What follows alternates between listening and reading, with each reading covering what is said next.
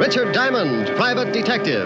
Basil Rathbone and Nigel Bruce in the new adventures of Sherlock Holmes. Suspense. The adventures of Sam Spade, detective. Dragnet. And now, Gangbusters. Welcome to the Film Detective Podcast, where we bring you theater of the mind programming from the golden age of radio. I'm your host, Carl Amari. This time, Raymond Burr stars as Lee Quince, captain of the cavalry on Fort Laramie from 1956. Stick around, we'll be right back. Fort Laramie aired on CBS Radio for just one season in 1956. It starred Raymond Burr as Lee Quince, captain of the cavalry at Fort Laramie on the Wyoming frontier during the 19th century. The fort had 400 troops in all, but they had to keep their eye on a nearby Indian reservation with 4,000 Cheyenne camped there. Producer-director Norman Macdonnell saw Fort Laramie as a monument to ordinary men who lived in extraordinary times, with their enemies being the rugged, uncharted country, the heat, the cold, disease, boredom, and perhaps last of all, hostile Indians. Men died at Fort Laramie. Some died of drowning, some of freezing, some of typhoid and smallpox. But it's a matter of record that in all the years the cavalry was stationed at Fort Laramie, only 4 troopers died of gunshot wounds. The stories focused as much on atmosphere and mood as violence and action. Macdonnell made it clear to his writers that historical accuracy was essential to the integrity of the series. Regulars included Vic Perrin, Harry Bartell, and Jack Moyles. In this episode, Captain Quince has an unusual way to give one of his men the confidence he needs to be a good officer. Here's The Loving Cup on Fort Laramie from June 24th, 1956.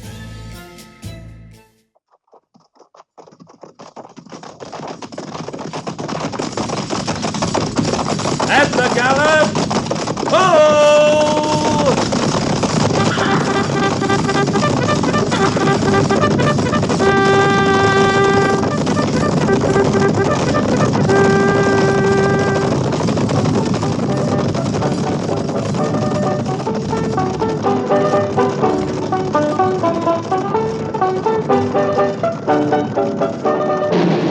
Fort Laramie.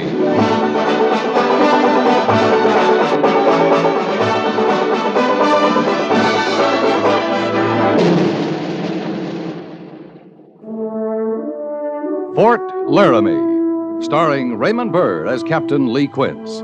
Specially transcribed tales of the dark and tragic ground of the wild frontier. The saga of fighting men who rode the rim of empire. And the dramatic story of Lee Quince, captain of cavalry.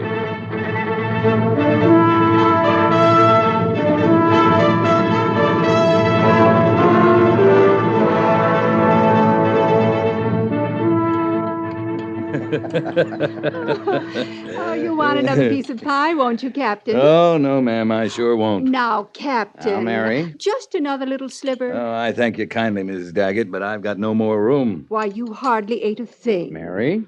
Oh, my. I promised, didn't I, dear? You promised. Although why I thought you'd keep it is beyond me. You see, Captain, I'm under orders, too. When you come to dinner, I'm not to urge more food upon you than you voluntarily take. It was a fine dinner, ma'am. Thank you.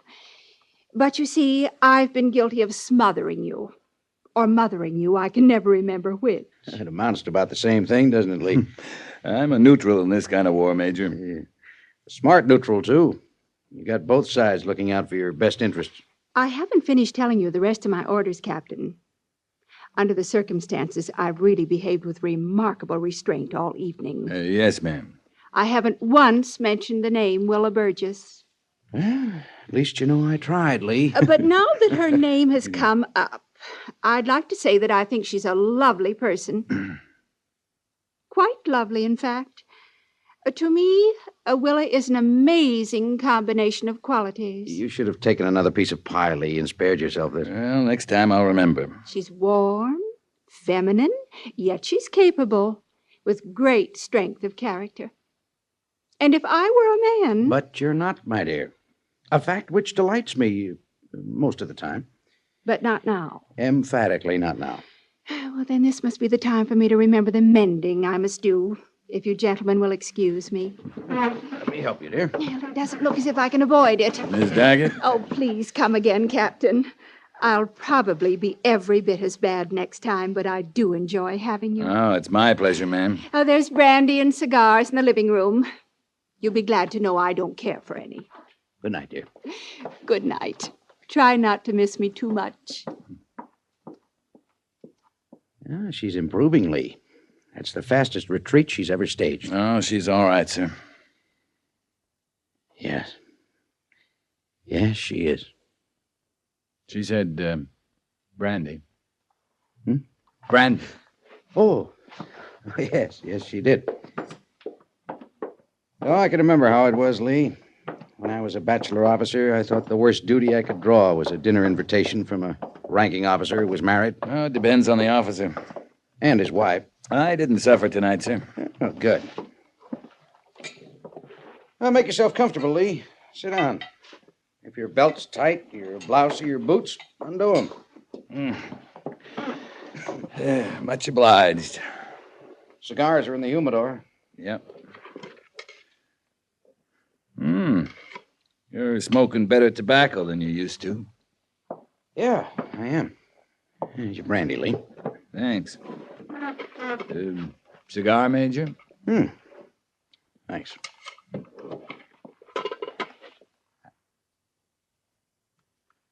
Have them made up special, do you?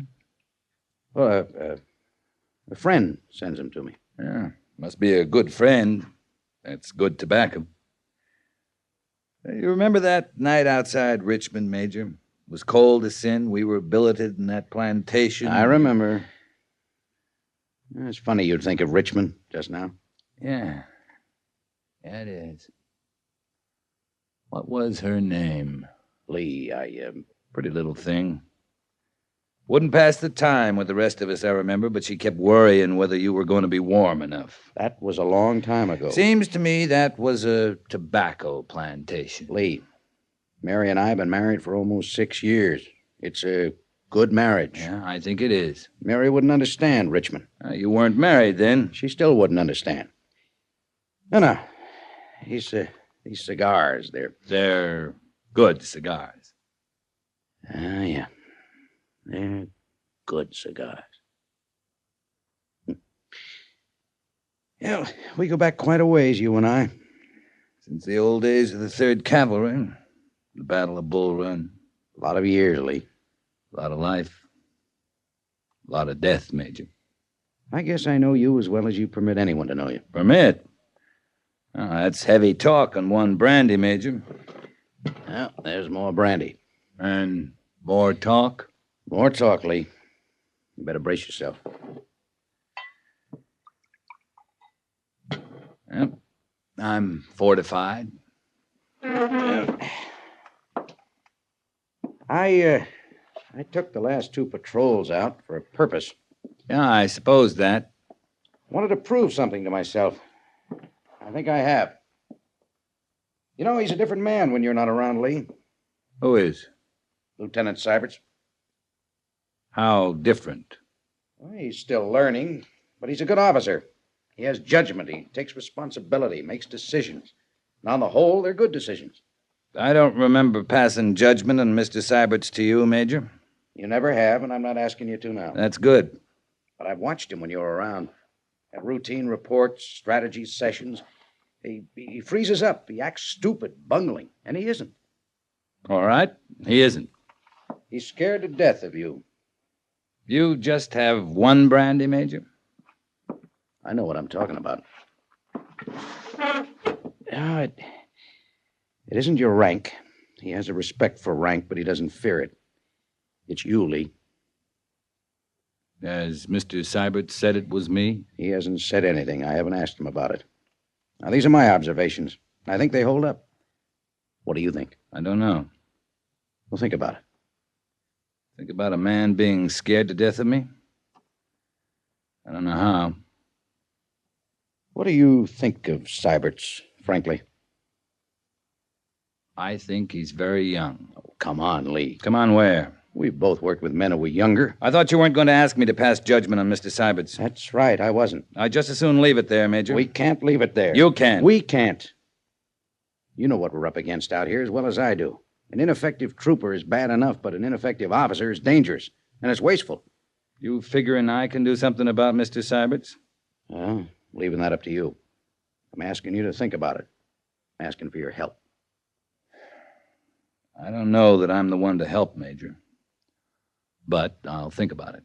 It might call for a change in your attitude toward him, Lee. It might. Of course, I'd have to find out first what my attitude toward him is, wouldn't I?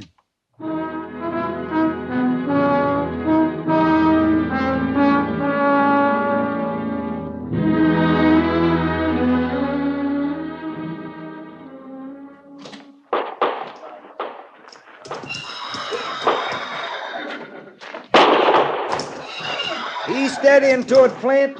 Just you stay with him. Now fire straight away next time. Get closer to his head. Got some new recruits, Sergeant? Morning, Captain. You talking about the men or the horses? Oh, horses. They're new. Flint's training them to stand fire. The horse knows that, does he? I keep saying he does. Some take a little bit more encouragement than others, you know. You talking about men or horses? Excuse me, Captain. All right, Flint. Take him out now, beyond the hay yard. Run him real good and try firing at the gallop a while. He sure was ugly for a while, but Flint'll make a steady goer out of him. Yeah, you can tell about horses. Plungers, kickers, rearers, you work 'em enough. You can tell if it's in 'em to be a steady goer. You know horses, you can tell. Be helpful if you could tell about a man as easy. A man standing fire? A man standing anything. If you could tell by looking, that sure would be helpful, Captain. Now, that horse Flint's training, he's afraid of that pistol now. He's first afraid looking at it. But mostly it's the sound that scares him. That's it. Sure it is. But we can look at that horse and know he'll train out of it. Is that because we know horses or because we know what they're afraid of? I'd say it was both, Captain. Maybe one thing more. What's that? Well, we can understand the horse would be afraid of the pistol. We figure him to be right from the start. Yeah. Yeah, knowing he's afraid to begin with, that's a lot to know. And then, too, that horse is bound to find out he's got nothing to fear from that pistol. Once he finds out, he ain't afraid anymore. You saying the man ought to face up to his fears? I was talking about horses. Yeah, sure you were. But about a man, well, he ought to face up to his fears. Well, maybe he can't. Maybe he don't know what they are. Or maybe knowing he don't understand them. That way, his fears got to face up to him. Seems like. Just one thing about it, Captain. Sooner or later, they got to get together.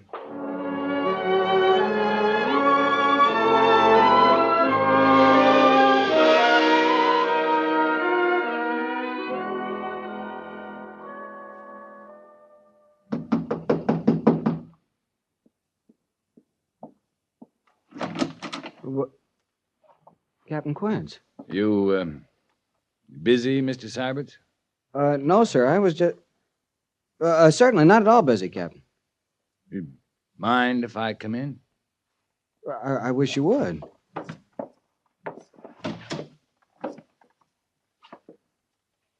Have a chair? Oh, yeah. You're sure you're not busy? Not busy. No, I wasn't. Please sit down, Captain. All right. Guess I will.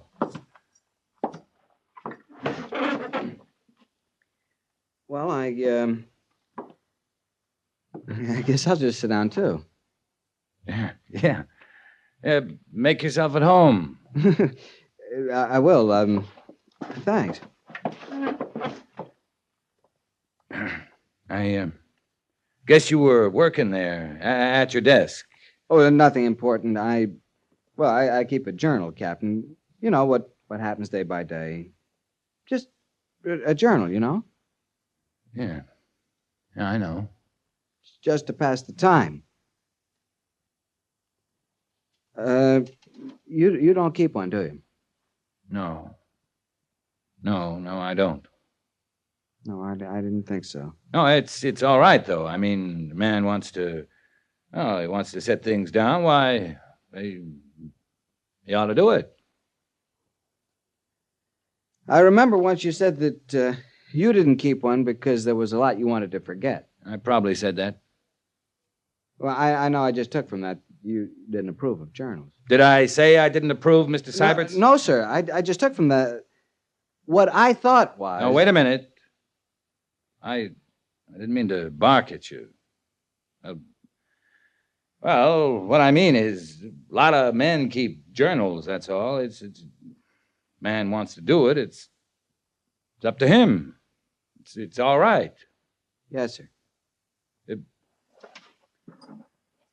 Mr. Seibert, do you drink? Drink? Yeah, drink. Whiskey. You know, whiskey. Well, sometimes. I'm not sure I know what you're talking about, Captain. I'm talking about drinking, Mr. Seibert. You and me in a bottle of whiskey. Now? Right now. I'd be proud to, Captain. Yeah. Yeah, me too, Mr. Seibert.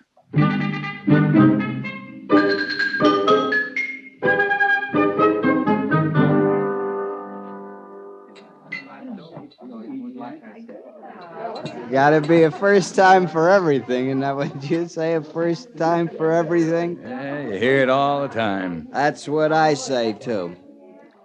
The first time I ever came over to Laramie Village. To drink, I mean. With a fellow officer. To drink. You do it a lot? Sometimes, when it seems like a good idea. No, that's a good idea. When it seems like a good idea. Best time. When I was a cadet at the Point, a couple of us upperclassmen decided we want to go over this little tavern. Only it's across the Hudson River. And where we have to cross is no bridge. Makes kind of wet walking. Yeah, it does. So we made these plebes. You know what plebes are, Captain. Yeah, I've heard about it. Well, we made these plebes get an old barge for us. we crossed that old Hudson that night, like Washington crossing the Delaware. Yeah, it sounds like a lot of fun. It was a lot of fun. We sure enjoyed that. Oh, pour you a drink? Oh, sure, thanks. You know, the way I'm talking, I guess I don't need one, except... Well, I do need one. Does that sound all right? You don't need one, but you do. Sounds all right to me. Well, I'm glad. Yeah, I drink a little, Captain. I always get talking about West Point. I hope you don't mind. You talk about anything that comes into your head. You mean that? I said it. Oh, there's something I've wanted to talk to you about for a long time. Well, this would be a good time to say it. It's Clausewitz. I've always wanted to discuss Clausewitz with you. It might be a very short discussion. Well, you've read him, of course. Karl von Clausewitz is the Prussian? I know who you're talking about. He wrote a stack of books hip high about military strategy. Oh, I couldn't believe you wouldn't know about him. I think I read every word he ever wrote. Some of it in the original German.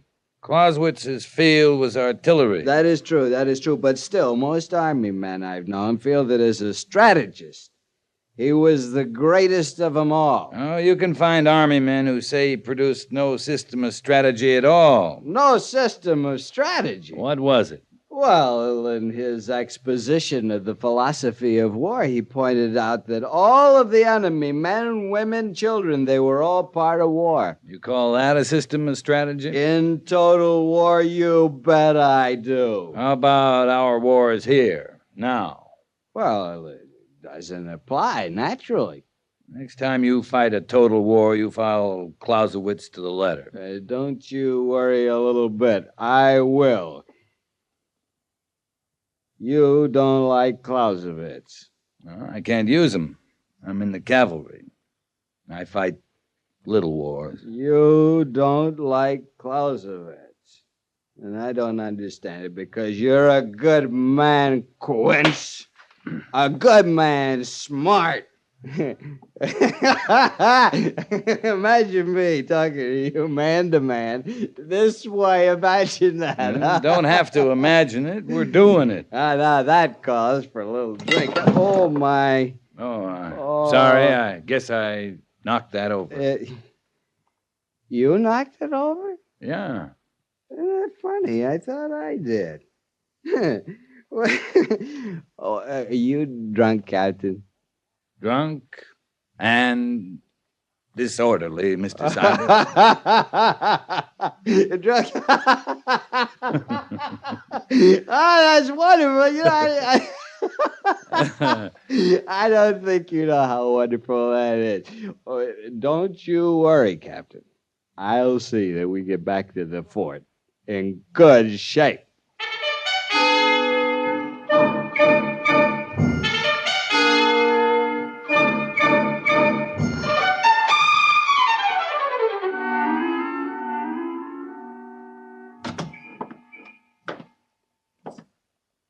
Well, morning, Mr. Seibert.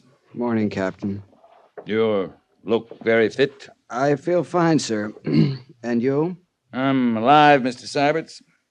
And that's pure exaggeration. I doused my head in a cold basin a few times. It made all the difference. I left my head in the basin. Oh, about last night, Captain. If I said anything, sir, out of line. Well, I did have quite a bit to drink. And so did I. Might have said a few things myself. I enjoyed it, Mr. Seibert. It was my pleasure. You seen the Major yet? No, sir. I thought we ought to present a united front, Captain. Fine. We'll do that.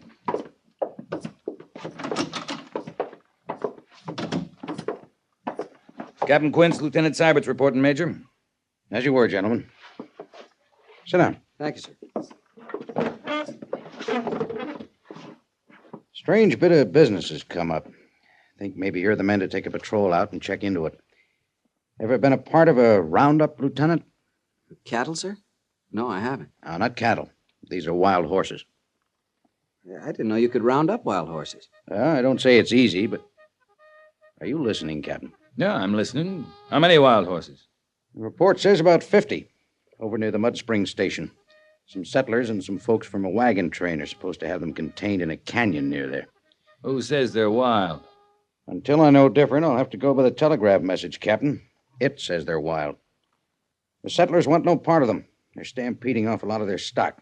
I think we should get them if we can before any renegade Sioux capture them. Well, it's worth a try, sir. If we get any of them, we're ahead of the game. When do we leave, Major? As soon as you pick your men, take as many as you need. I'd say it wasn't a question of how many, Major, so long as we pick the best riders.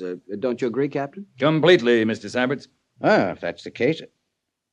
Now, look here, Lee. Gentlemen, I'll want reports regularly by telegraph and, move out.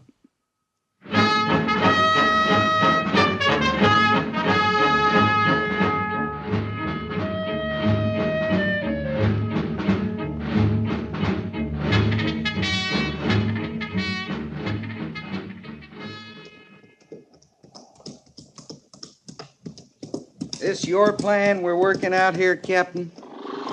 Something wrong with the plan, Sergeant? I can't say it's wrong. It's working. Was Mr. Seibert's with you? No, sir. He's down there operating a lot like Napoleon. Like Clausewitz, Sergeant. Who's that? Friend of Mr. Seibert's. You have any trouble bringing the Indians over from the reservation? Not a bit. You know, they're kind of peaceful-like when you got guns and they ain't. Good idea bringing Indians. Reckon they know more about wild horses than we do. Yeah, reckon they do. Captain, you right sure this is your plan? Mr. Seibert's and I discussed it and agreed on it. Any questions, Sergeant? No, sir. None I'm readying to ask. I'm riding down to the mouth of the canyon. Looks like they're cutting them out of there at a good rate. You coming? I was told to hold this position, Captain, as a lookout. Yeah. See, you keep a sharp eye, Sergeant. Yes, sir.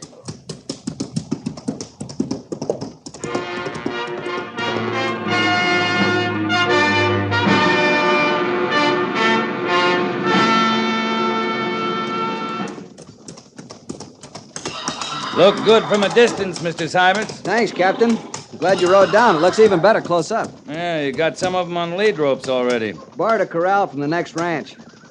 Some of those Indians can sit them already. Best natural riders in the world, you know, Indians. That's what I understand. Looked to me like you got most of the 50 out of the canyon. Well, we'll get back to Fort Laramie with at least 40 of them, Captain. Of course, that's a few days off, but we got what we came for. Yeah, that's the important thing. You feeling better? Hmm? Your leg, it doesn't bother you anymore? Oh. Yeah, it's coming right along, thanks. You've done a good job, Mr. Seibert. All of it. Mighty good job. Thank you, sir. Feels like I had.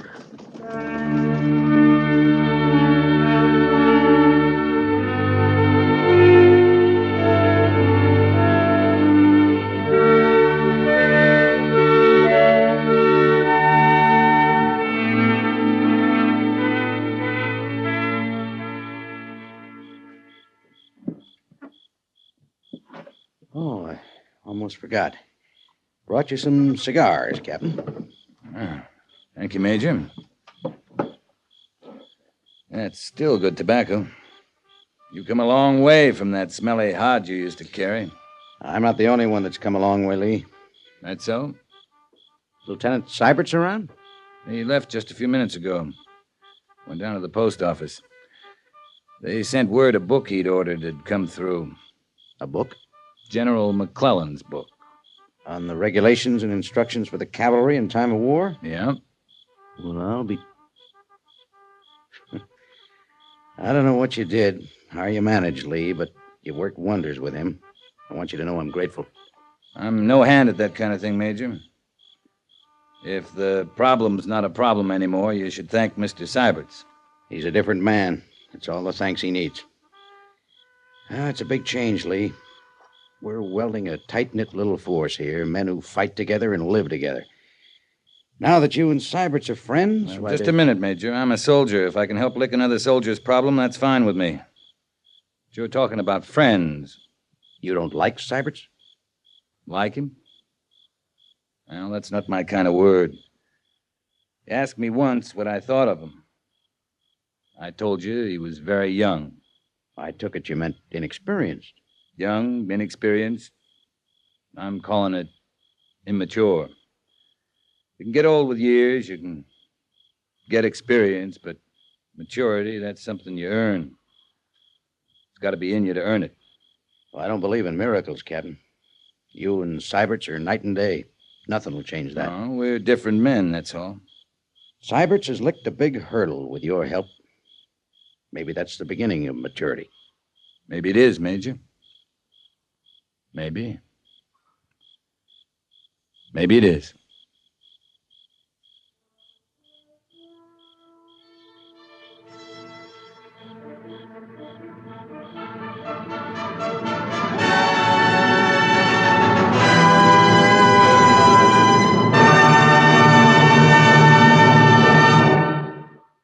Fort Laramie is produced and directed by Norman Macdonnell and stars Raymond Burr as Lee Quince, Captain of Cavalry, with Vic Perrin as Sergeant Gorse.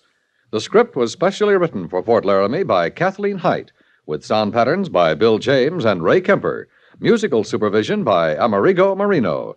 Featured in the cast were Jack Moyles as Major Daggett, Harry Bartell as Lieutenant Seibert's, and Helen Klebe as Mrs. Daggett.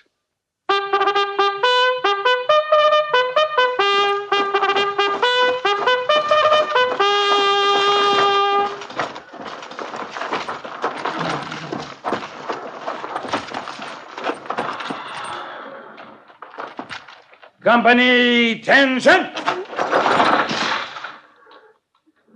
Dismiss.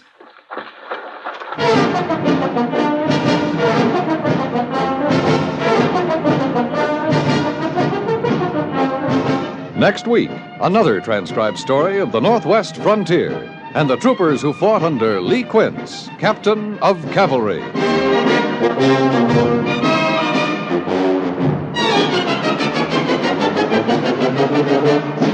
Many a culprit doesn't even know when his cigarette has started a forest fire. You're driving along through a woodland, and out the window goes a live cigarette butt. Would you be apt to connect it with the next day's headlines of property, perhaps human life too, gone up in smoke? When in or near the woods, take personal responsibility for matches and cigarettes. Make certain your matches, cigarettes, and campfires are out before you leave them anywhere.